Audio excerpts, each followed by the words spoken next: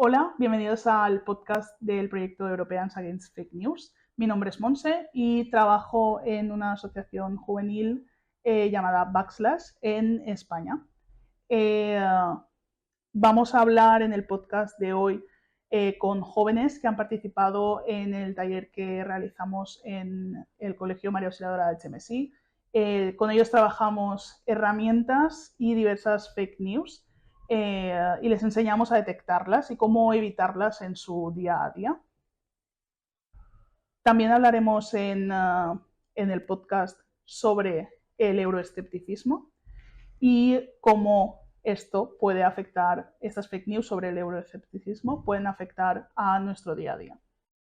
El proyecto Europeans Against Fake News es un proyecto que está cofinanciado por el programa Ciudadanos, Igualdad, Derechos y Valores de la Unión Europea y que aspira a mejorar la alfabetización mediática de los jóvenes de Europa y dotarles de habilidades necesarias para combatir las fake news que tanto nos afectan hoy en día. Ahora vamos a hablar más concretamente sobre el euroescepticismo. Esto es un sentimiento, unas políticas o un posicionamiento político que está en oposición a Europa. Es una crítica a la Unión Europea y a la integración europea. Esto nos puede afectar en nuestro día a día, creando desinterés sobre cómo funciona Europa y cómo realmente trabaja Europa, o también creando crispación entre los ciudadanos de diferentes países,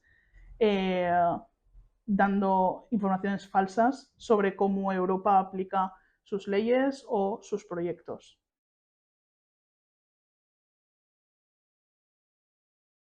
Bueno, bienvenidas a nuestro podcast del proyecto Europeans Against Fake News. Hoy estamos con Claudia, Rosy. Anas. Muchas gracias por venir. Hoy vamos a hablar un poco sobre fake news, lo que habéis trabajado durante el taller y también concretamente sobre el tema del euroescepticismo, ¿vale? Pero empecemos un poco por qué es las fake news. ¿Cómo explicaríais vosotras qué es una fake news a vuestra madre o a un amigo? Yo diría que es una noticia que no es verdadera, obviamente, porque es una fake news. Y pues no sé, explicaría que son gente que se inventa cosas y las publica en diferentes webs o sitios, no sé. Vale, bienvenidos hoy a nuestro podcast sobre el euroescepticismo. Estamos aquí con Carla, María, Jordi. que son los participantes del taller que hicimos en el centro sobre fake news y cómo detectarlas. Y voy a hacerlos unas pocas preguntas, empezando por cómo definiríais vosotras qué son las fake news. A ver, yo definiría como son noticias falsas que las crean para el beneficio de alguna persona y para conseguir que la gente se crea cosas que no son verdad. Vale. para desinformar a la gente y que ellos se crean que esa información es verdadera cuando es falsa. ¿Es que las fake news ahora mismo con las redes sociales están en auge o hay menos o cómo creéis que está la situación ahora mismo? Yo creo que sí, porque hay mucha gente que ahora mismo tiene acceso a las redes sociales y todo, y hay mucha gente que puede publicar lo que le dé la gana y ya es cuestión tuya que si te lo crees o no. Claro, es cosa tuya investigar si es verdad o no. Ellos suben el contenido y te apañas. Entonces, ¿creéis que hay más desinformación a través de las fake news? Sí. ¿Qué Y el tema es hace? que también la gente es como que... Yo creo que la gente tampoco se para a investigar si es que sí o que no. Ahí tienen, o te lo crees o no te lo crees. Y yo creo que la mayoría sí que se lo acaban creyendo. Porque a veces también lo hacen muy realista.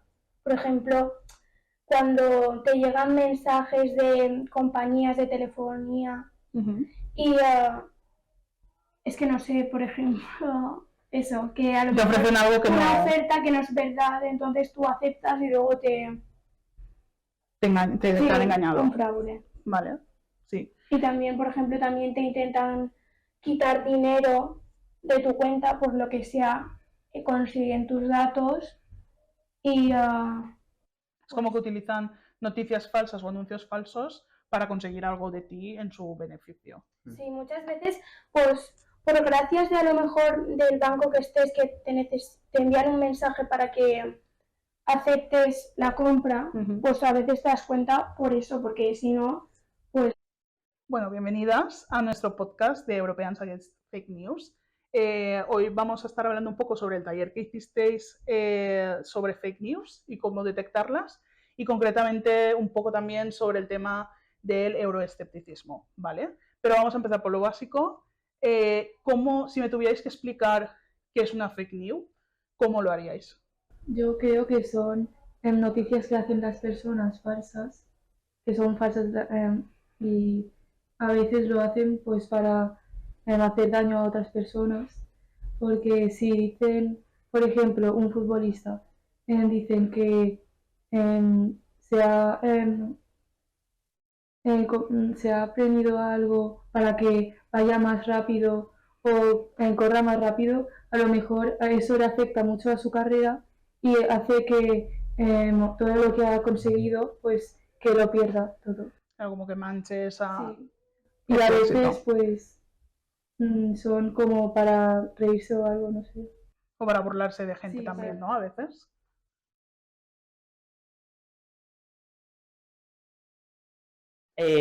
Soc Francesc Baquer, soc arquitecte i enginyer de disseny industrial, però l'Erasmus, la mobilitat internacional, em va canviar molt com el rumbo de mi vida. Em vaig començar a destacar en moviments estudiantils i juvenils i vaig conduir la meva carrera professional cap ahí. Ara soc tècnic del Consell Valencià de la Joventut i tècnic en Erasmus Student Network, que és l'entitat on he fet voluntariat els últims 10 anys de la meva vida.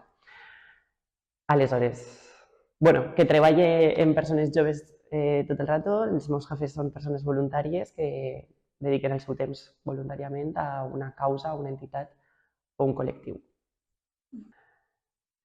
A veure com definir-ho. Les fake news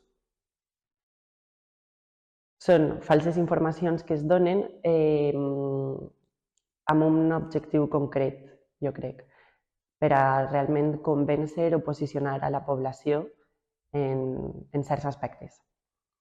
A lo millor inclús diria que crec que les fake news de vegades estan tractades per als mitjans de comunicació com a algo que no és molt important o com inclús anecdòtic, però jo realment pense que les fake news estan molt ben orquestrades en la societat i molt arraigades i fan molt de mal perquè realment sí que aconsegueixen els objectius pels quals estan fetes. No sé si això defineix molt bé el que és una fake news, però almenys és com la perspectiva que tinc al veure-les o al viure-les. Sí crec que han augmentat les fake news. Crec que depèn del prisma per el que es mire. A lo millor el diria per el prisma contextual de les noves tecnologies, sobretot de les xarxes de comunicació, les xarxes socials, que evidentment estic super a favor de les xarxes socials, de que els joves utilitzem les xarxes socials per a informar-nos, per a comunicar-nos, inclús per a associar-nos i col·lectivitzar-nos. Aleshores, i aquest context, que crec que és positiu, també és el perfecte caldo de cultiu per a que les fake news es puguen proliferar, es puguen com multiplicar i alçar la veu en aquests mitjans de xarxes de comunicació que utilitzem a diari pràcticament, tots i totes, d'una manera molt fàcil. Aleshores crec que sí que crec que estan augmentant per una part per aquest context i després per la situació socioeconòmica o sociopolítica, si ens fixem a lo millor en Espanya o en Europa, de la polarització que està havent o que està almenys palpant-se. Aquesta polarització jo crec que també és una perfecta vitamina per a les fake news i per a que certs aspectes de la societat, diguem, des de polítics, entitats privades, puguen beneficiar-se de l'efecte tan dolent que tenen les fake news. Aleshores, crec que aquests dos prismes el contextual i la situació sociopolítica actual fa que es proliferi. Bueno, jo soc Júlia Oltramulet, ma mare sempre deia que el segon cognom també havia de dir-lo, i treballo en el Col·legi Maria Auxiliadora des de fa 26 anys. Soc la mestra de música d'infantil, primària, secundària. També faig les classes de filosofia en quart de l'ESO o valors cívics i ètics, i des de fa un parell d'anys soc la titular delegada del col·legi. És un centre diocesà i el rector ha delegat en mi les funcions de gestió i organització del centre. Bueno, pues una fake news, ho diu el nom, no? És una notícia falsa, però que pel que siga té la gràcia de ser creguda, val?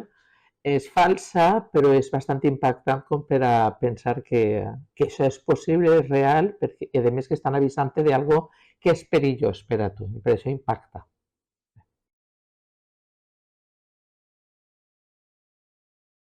Y entiendo que vosotras utilizáis TikTok, Sí, sí. asumo. ¿Alguna vez habéis estado viendo TikTok y ha aparecido un vídeo sobre algo que luego os habéis enterado que es mentira? Por ejemplo, yo que sé, sobre alguna cosa que venden que hace cosas milagrosas y luego resulta que no, o algún famoso. A ver, yo me salen también TikToks de fútbol y eso, y por ejemplo, fichajes que no son verdad o algo, y después me entero de que pues es mentira eso.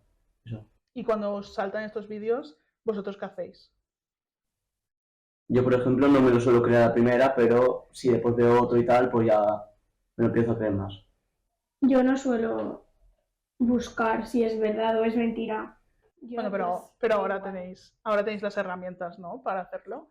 Sí, Por ejemplo, ¿qué herramientas habéis hablado que podemos hacer una vez nos encontramos, por ejemplo, un vídeo de TikTok que está haciendo una fake news? Pues buscar en internet más sitios o qué tipo que hablan de esas noticias, sitios fiables y todo, o de dónde sale esa noticia. Porque si lo ha puesto a una persona y ya está, pues... Sin no. un medio detrás, a lo Sí. mejor. Y algo que podemos hacer para evitar que ese vídeo circule, por ejemplo, ¿qué haríais? reportarlo. Informar, ¿no? De que Sí, para que la gente no lo vea y que no caigan y que es falso. muy bien. A lo mejor en una fake news ponen una foto y no pone quién lo ha puesto, o sea, quién la ha publicado, esa foto. Entonces eso también te dice que es una fake news o la fecha de publicación. Puede ser en el 2026 y no estamos en 2026, estamos en 2024. Entonces, Encima son pequeños detalles que normalmente no miras, ¿no? claro, es como fijarte en eso para saber si es o no.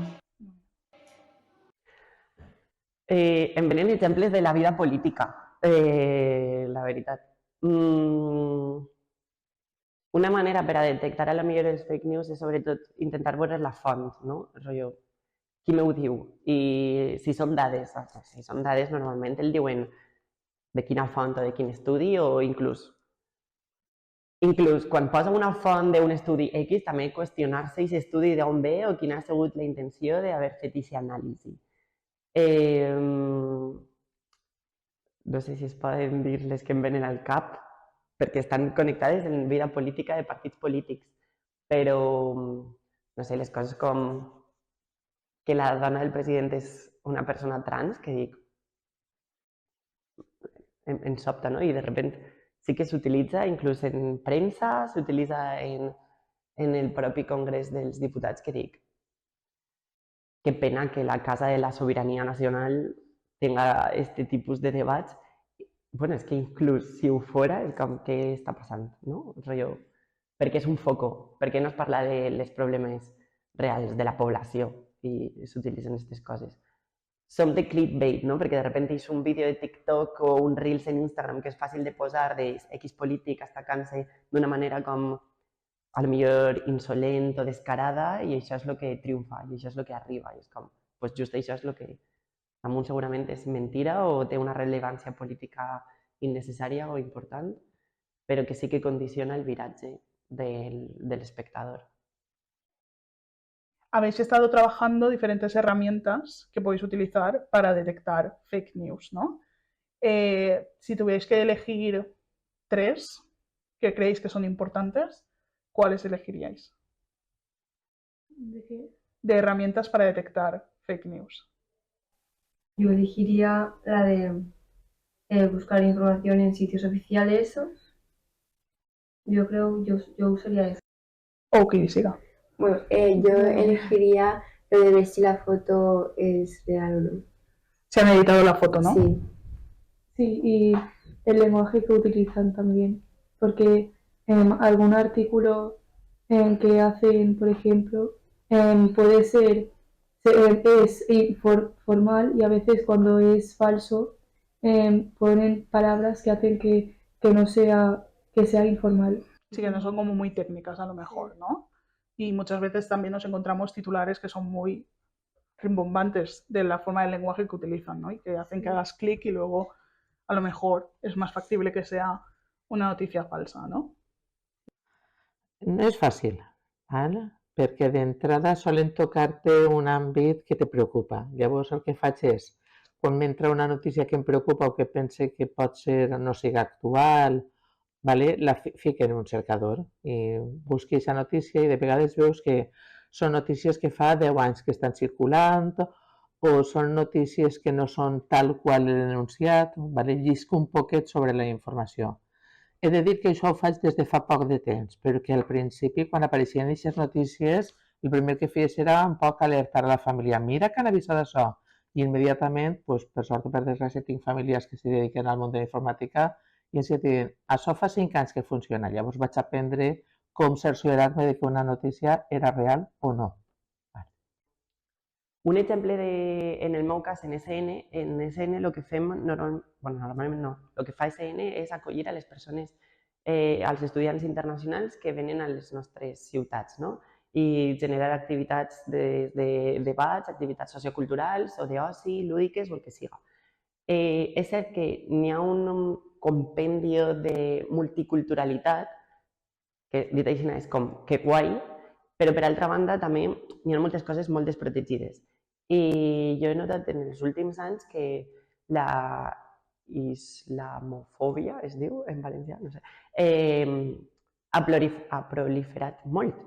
I és com, hòstia, chill, perquè sí que de sobte en un grup de persones joves que tenen entre 21 i 25 anys es normalitzen discursos on la religió és un problema i com afrontes això quan, a més, el públic, cada un té un background diferent, una cultura diferent i venen d'un país diferent.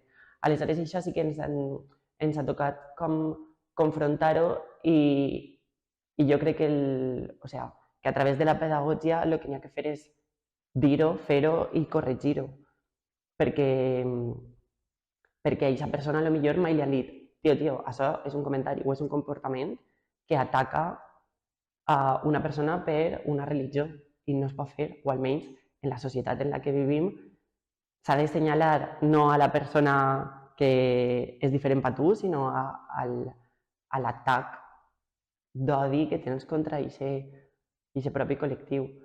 Però no és fàcil, és cert que en el cas dels Erasmus hi ha vegades que és més difícil perquè com és una bombolla que s'acaba, també la incidència que pots fer en aquestes persones de vegades jo crec que és més limitada, però que el dona datos de la realitat tan dramàtica que és que fake news o missatges continus racistes i xenòfobs s'hi calen en la societat europea occidental.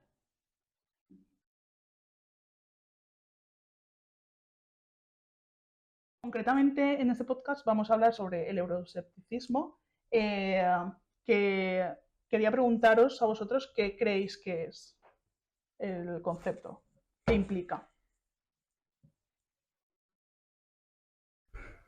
Es como un sentimiento político que hay diferentes opiniones sobre las leyes que se están haciendo en la Unión Europea y pues ahí pues se crea un conflicto porque hay personas que no están de acuerdo con eso. Que no están de acuerdo con cómo, por ejemplo, se está utilizando el dinero que se manda a Europa o cómo se están aplicando ciertas leyes sobre temáticas concretas, ¿no? Es como un rechazo al sentimiento de unión de la Unión Europea, ese conjunto.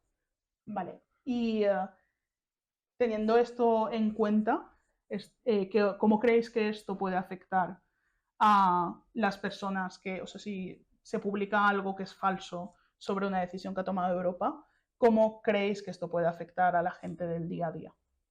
A ver, yo creo que al final, si esas noticias siguen rodando, esas fake news, pues habrá más gente que se lo crea y que vaya en contra de la Unión Europea al final. Como que cree un sentimiento de rechazo, ¿no? En general, en la población.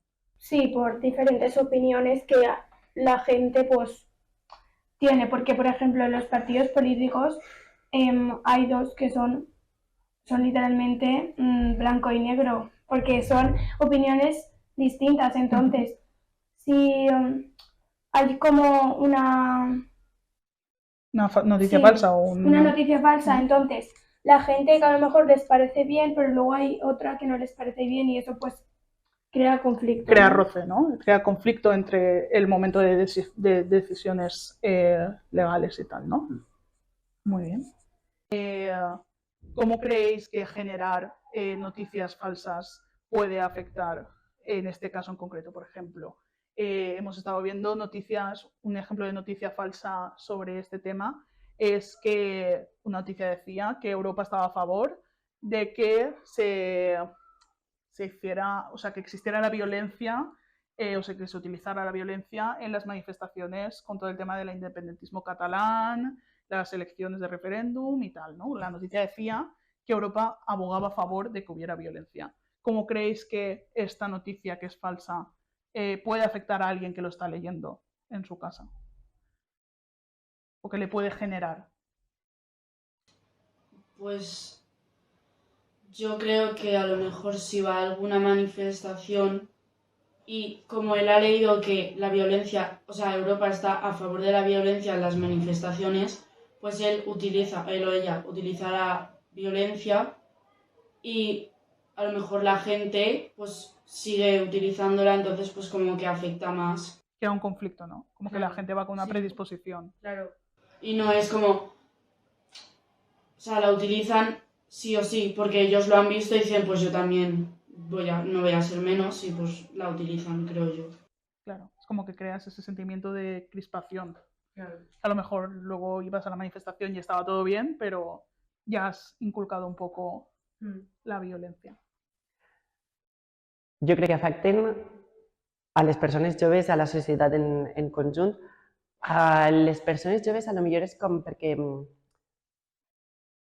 estem a lo millor més exposats a aquestes xarxes i a que ens arriba moltíssima informació, estem sobreinformades i aleshores és com complicat. No culpe a les persones joves de que de repent ens creguem o multipliquem fake news tal vegada sense voler, sinó que crec que ens utilitzen i s'aprofiten de que als joves ens arriba una quantitat ingente d'informació que ens dificulta molt poder diferenciar què és cert i què no és cert.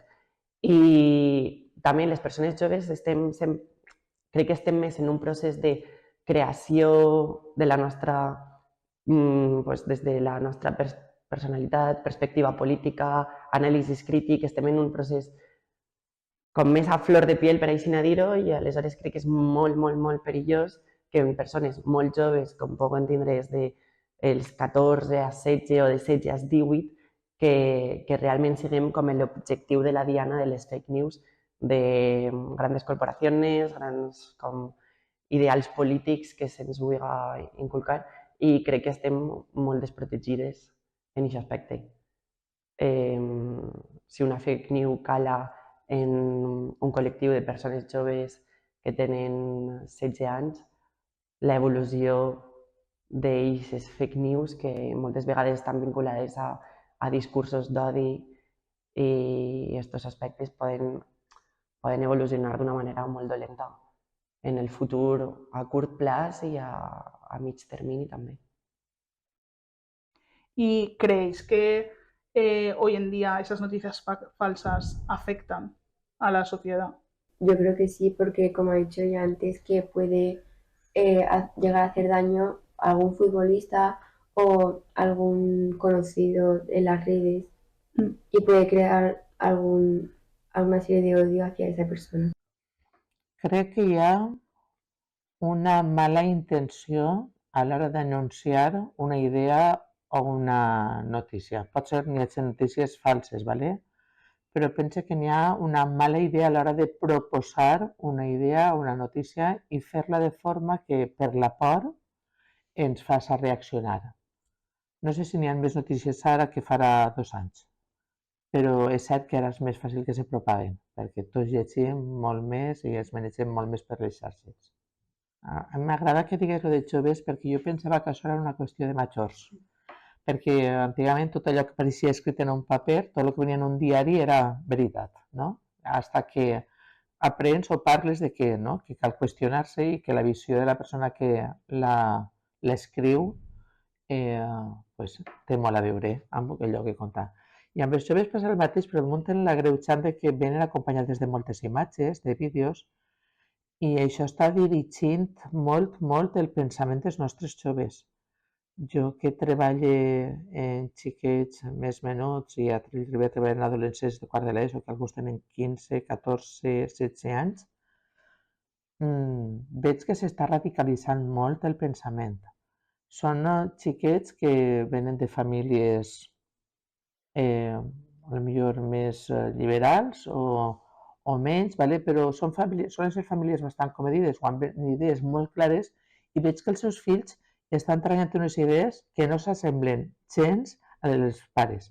Això és normal, ¿vale? El jove sempre vol contra, encara que veig que mon pare té raó, és contra el que diu el pare o la mare. Però és que ara els camins són oposats. Jo cada vegada estic veient més banderetes en les monyiques, estic veient més banderetes en els mòbils i estic veient pensaments o repetir idees que mai vull dir que jo és impossible que aquesta gent hagi vist en un noticiari o que s'hagi informat. Sin embargo, segur que els arriba pues, per xarxes, no sé si TikTok, Instagram o què, però tenen unes idees preconcebudes molt extremes i errades, perquè és que no n'acerten una i a voltes tens que parlar i dir, anem a veure, analitzem això que estàs dient, no?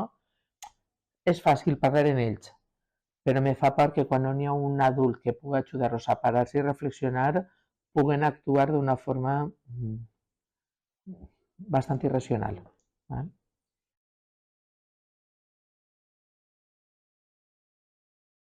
¿Creéis que hacer este tipo de talleres que hemos hecho con vosotros ayudaría a frenar esa desinformación sobre Europa o en general sobre cualquier tema? Yo creo que sí, porque más que nada hay mucha gente ahora que está desinformada y hay gente como nosotros que no lo sabe cierto si son verdades o no y se lo creen todo y yo creo que hace falta más información en general.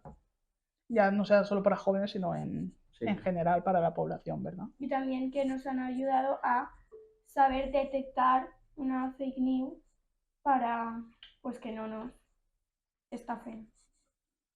Sí, n'hi ha una que ara en les eleccions europees com que molta gent té com aquesta por, que és que, per exemple, en el cas d'Espanya, que Europa ens costa moltíssims diners a Espanya. I és com, evidentment, Espanya aporta, però el que recibís Espanya just és més de lo que aporta Espanya. Entonces és com un dato agarrat en pinces i, a més, fals de que som el país que més aporta. És mentira, no som el país que més aporta. De que damunt no tenim cap benefici. Mentira, realment, a nivell de pasta directament, som dels que recibís inclús un poc més de lo que aporta, i a part estan totes les altres proteccions i legislacions que es provoquen en el Parlament Europeu que afecten directament a Espanya o a, per exemple, una molt clara és si Espanya és un país on l'agricultura és molt important i en la nostra terra just és molt important, doncs som el segon país que més rep de cara a protegir la nostra agricultura. Ostres, doncs si t'importa l'horta, jo crec que multipliques el discurs de que Espanya paga massa i mos costa i Europa és un forat negre i paga el pressupost d'Espanya, és mentira i damunt l'efecte de les polítiques agràries d'Europa beneficia molt a Espanya. Aleshores, com no és cert. i això provoca pues això, euroescepticisme. I que és una... Parlar de que Europa no importa és molt fàcil, perquè està molt allunyat, perquè ningú sap res. I això va també en l'educació. Això sí, crec que és culpa del sistema, de que no és possible que durant, és un dels posicionaments en Espanya, però durant tota l'etapa educativa Europa es parla com a unes pincelades superflues de que molt poqueta gent, i ara estem veient les eleccions europees, tenen informació de com funciona, no el dic que siguin expertos, però un bàsic, unes pincelades de què és el Parlament Europeu, com elegim els eurodiputats, quan els elegim o què és la Comissió i el Parlament en conjunt, no? Què polítiques apliquen o què no. Jolín, si no eduquem en que en Europa també participem democràticament, és molt difícil després demanar-li a una persona jove que el defenga pertenèixer a Europa o que el defenga participar en les eleccions europees. Però, claro, ahí el sistema nuestro té que posar-se les piles.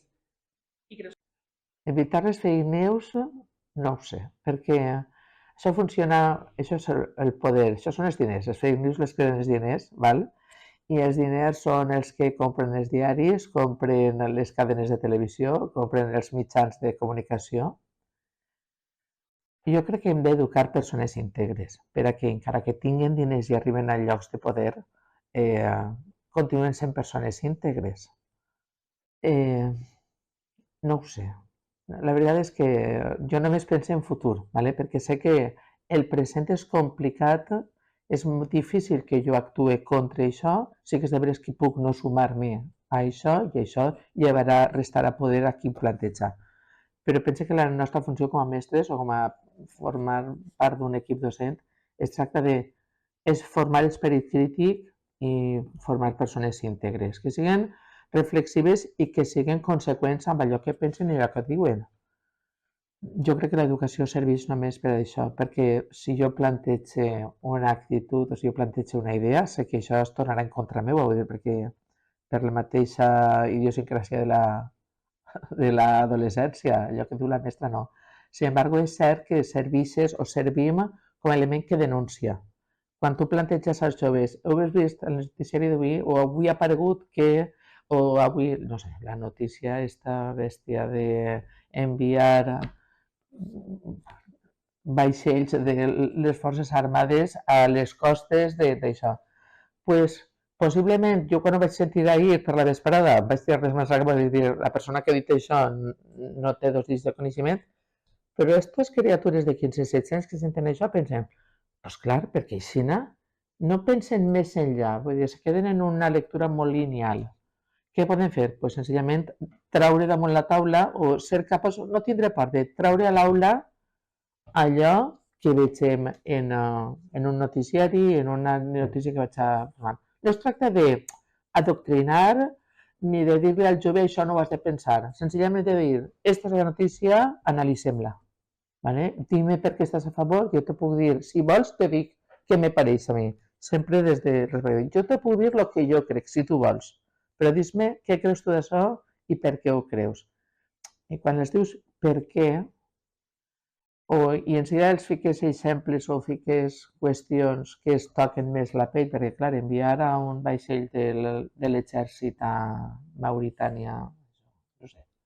Però quan els dius, no, a la porta de ta casa, que te n'anares a tal país i no pogueres moure't de tal barri, no sé, ahí es toca un poc més la pell. A d'ells es pilla un poc lluny.